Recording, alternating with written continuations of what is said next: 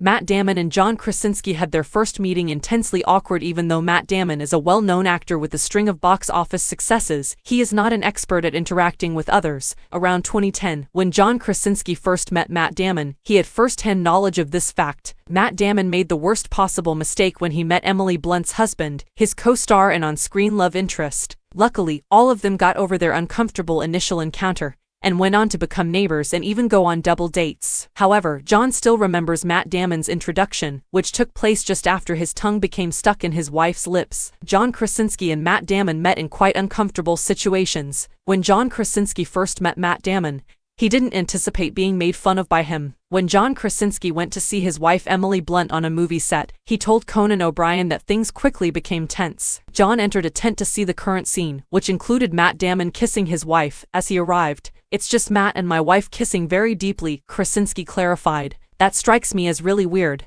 Then he emerged and saw Emily, at which point Matt Damon walked over. Shooting Matt Damon and Scarlett Johansson's intimate scene was a nightmare. Matt Damon came up and was just trying to make a joke, and instead he goes, "Hey, nice to meet you. I was just totally tonguing your girl." At that point, Conan O'Brien and the crowd both burst out laughing. John added, laughing as well, that after telling Matt, "Okay man," he just started to melt, and he went, "I'm so sorry, that wasn't funny at all." John claimed that Matt has regretted his introduction ever since. Although Matt can't get over the fact that that was the first thing he said to, it doesn't appear that the two are at odds. Emily Blunt and Matt Damon collaborated once more from Oppenheimer. After that awful kiss, Emily Blunt and Matt Damon reunited on film. Even though John Krasinski, Matt Damon, and possibly Emily Blunt had an uncomfortable first meeting, their connection didn't end there. Emily and John had a successful relationship despite their lame meeting circumstances. The same was true for Matt Damon. Though it did take some time for Matt and Emily to share the screen again, it seemed inevitable that they eventually cross paths. In 2011's The Adjustment Bureau, their first film together, their characters met by chance in a washroom, fell in love right away, and shared a passionate kiss. This time, it was a huge hit movie called Oppenheimer that brought Damon and Blunt together. But having Matt in this movie, John didn't have to worry as much. In the movie, Emily portrayed Cillian Murphy's wife, and Matt Damon was the Manhattan Project's director in general. However, judging from the way Emily and Matt interact in interviews and Oppenheimer promos, it appears like Matt, his wife Luciana, and Emily are all getting along. One conversation between Emily and Matt and Access Hollywood more than validated their connection. Oppenheimer brought Matt Damon and Emily Blunt back together, and they ended up doing a lot of press together and showing up side by side on red carpets. Matt Damon and Emily Blunt stated that they are not only friends but also neighbors in a conversation with Access Hollywood.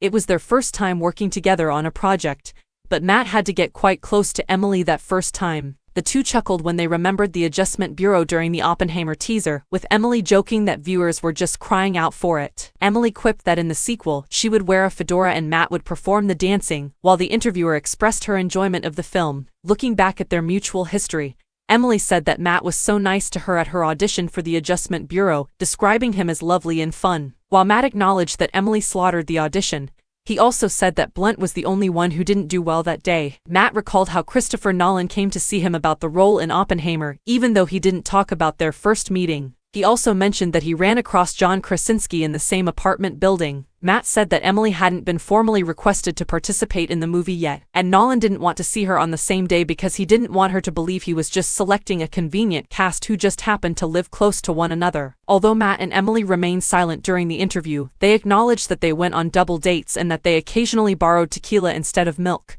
Though Matt Damon may have once needed make-believe pals, a connection developed organically even after his awkward situation with John Krasinski.